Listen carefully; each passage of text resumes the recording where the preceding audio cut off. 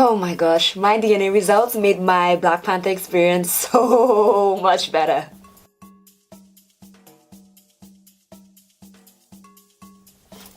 Hey, it's Ali, and I'm so excited to share this Black Panther review with you. I saw it a day before it was released nationwide, and I have been on cloud 9 ever since. If you've seen my videos in the past, you've seen my DNA journey and the DNA journey of my family and how excited I was to learn where my ancestors came from before they were taken to the Caribbean.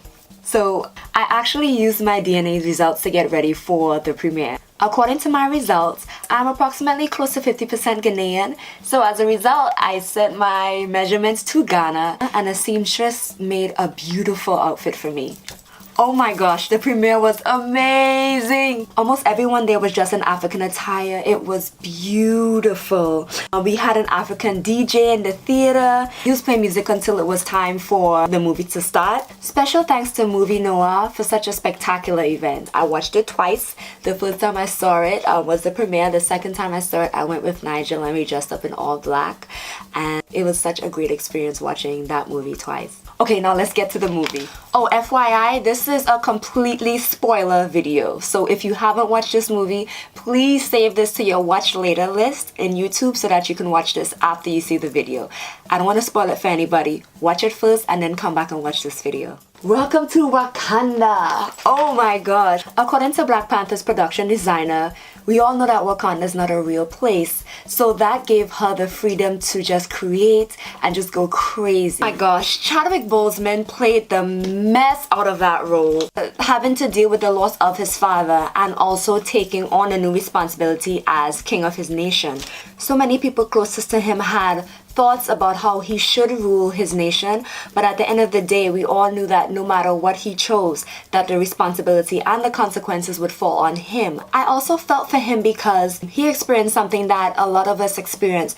You know that time in your life where you become an adult and you realize that your parents, they're human and they're flawed, and you learn that they've made mistakes in their lives that they might not exactly be proud of. It's hard to go from that thought of your parents being perfect to your parents being human. So I really felt for T'Challa going through that, and it took a lot of guts for him to tell his father that his father was wrong for what he did. Not a lot of us have that courage to do something like that. T'Challa told his father that his father was wrong for leaving that child behind and that he had to right that wrong before he decided to join the land of the ancestors. T'Challa took responsibility for what his father did and he worked on fixing it. Killmonger. I understand his anger. I envy his dedication and commitment to his goals. That man trained his entire life in preparation for his one goal. I just wish his goal wasn't to annihilate millions of people. The scene that affected me the most was after he drank the herb. When T'Challa drank the herb, he was reunited with his father and other ancestors that came before him. He was in the ancestral plane. As a woman of African descent, I felt sad to see Killmonger back in his father's apartment. I identified with that. As African descendants in the Western Hemisphere, most of us are cut off from our ancestors, like Killmonger. Most of us don't know past our grandparents. That was one of the reasons why I started my journey with genealogy. Nakia. I identify with her the most. She's a free spirit and she's adventurous. She loves to help others and she has a huge heart. She doesn't do so well with authority figures and she challenges tradition. She wants to do her own thing, but also with her feeling of connection, responsibility, and a need for friends and family. I also love the fact that she traveled the world.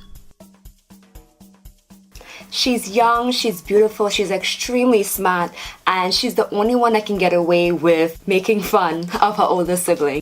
Shuri stole every scene she was in and I really enjoyed watching her. She's also the reason why Wakanda's technology keeps improving. I love the line that she told her brother, just cause it works doesn't mean that it can't be improved. According to Black Panther's costume designer, Shuri's face paint was inspired by the Fulani tribe. And what made Shuri so much more special to me was because my paternal grandmother, she shares genetic ancestry with the Fula people in Guinea-Bissau. It's a part of my family's history. and it was there on the big screen. It was so wonderful seeing that. Ramonda. Oh, Queen Ramonda. Losing her husband was hard, but the Queen Mother understood her responsibility to her country and to her family. Angela Bassett played the mess out of that role. Oh my goodness. Ugh. Angela Bassett has always been a queen to me, and I'm so glad that she had the opportunity to play that role. In the scene where T'Challa was in combat and it seemed like he was about to give up, she yelled at him, "Show them who you are." Oh my God! That's something that I'm definitely going to remember whenever I'm faced with a situation or an issue that I feel that I can't get through. Show them who you are. Okoye. Oh, Okoye. I sing your praises, Okoye. Oh my gosh, Okoye. Okoye, this character gave me chills. She pledged her life to the throne, and she meant it no matter who had the position as king. She's a general, she's a woman, she's committed, she's fierce, she's dangerous, she's, oh my gosh. I love how extremely protective she was of T'Challa. My funniest moment with her was when Agent Ross touched T'Challa's chest and she looked at that spot like it was a stain. She was ready to kill and it was written all over her face. So my all-time favorite scene with her was when the rhino was charging and she stood right in front of the rhino's path and she did not flinch, and that rhino immediately stopped and licked her face. That reminded me of how any dangerous guy can be taken down by his mother. God, the Dora Milaje was amazing. It was so beautiful seeing them, especially where they were handing over the position as king to T'Challa. Watching them move, watching them dance, the drums, them in their uniforms. It was just beautiful watching them and watching them fight those men. Oh my gosh, it was beautiful just watching that. The female empowerment was crazy. Wakabi. This man not only got out, but he moved to Wakanda and he became the head of the border tribe. Talk about a man with ambition. Okoye had his heart, and she was the only one that could convince him to stop the war between his tribe and the Dora Milaje. His hatred for Claw and his need for revenge almost destroyed Wakanda. I took from his character that you should never let your emotions lead you. Logical thinking is always the best option. M'Baku. Can we please talk about M'Baku? Winston Duke, as a proud Trimbegonian, I just want you to know that I am so proud of you. I am so proud you represented us well. I felt honored watching you on that screen. M'Baku was the leader of the Jabari tribe. He was all about tradition. It was so extreme to the point that they did not want to advance when it came to technology, and they went all the way up in the mountains to get away from that. That reminds me of a lot of people from our older generation. Sometimes they don't like change and they prefer to not advance in their lives or in their careers or in any other aspect. Traditions are beautiful. Traditions should be preserved, but not to the point that you don't advance in life. While the rest of the cast had a South African dialect, his dialect was inspired from the Igbo people in Nigeria. And I loved it because I have Igbo ancestors and I also have Igbo cousins thanks to 23&Me's DNA Relatives feature. That fight that M'Baku had with T'Challa was intense. I love how his tribe had male warriors. He held on to his old tradition and he had all male warriors, while T'Challa was more moving into the future and he had or female warriors. Change isn't always bad, and I'm glad that M'Baku joined the rest of the 4 tribes at the end of the story. Oh my gosh, Claw was scary and hilarious. I completely forgot that he lost his arm, and when his arm opened up and it became like a rocket cannon, oh, that just threw me all the way off. My favorite part with him was when he was being interrogated, and before the interrogation started, he was just singing there and just singing to himself, "What is love? Baby, don't hurt me." That was hilarious watching that. Agent Ross, like, it was so funny watching him because as a CIA agent, he thought he saw everything and he thought he knew what the best technology in the world could do. And in him being in Wakanda and in him being healed in 24 hours, a lot of times we think we know everything. You know, it just shows that no matter how much we think we know, we can always learn from somebody else. I love that T'Challa went back to the place where his uncle was killed and his cousin was left abandoned. I'm glad that he went back to that place and he started that as the main place to make a change.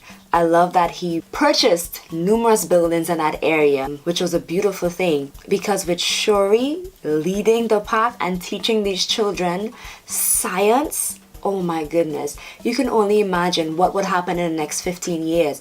Those children that will be taught and led by Shuri, they would run the entire country because they would be the most advanced in science and math and technology.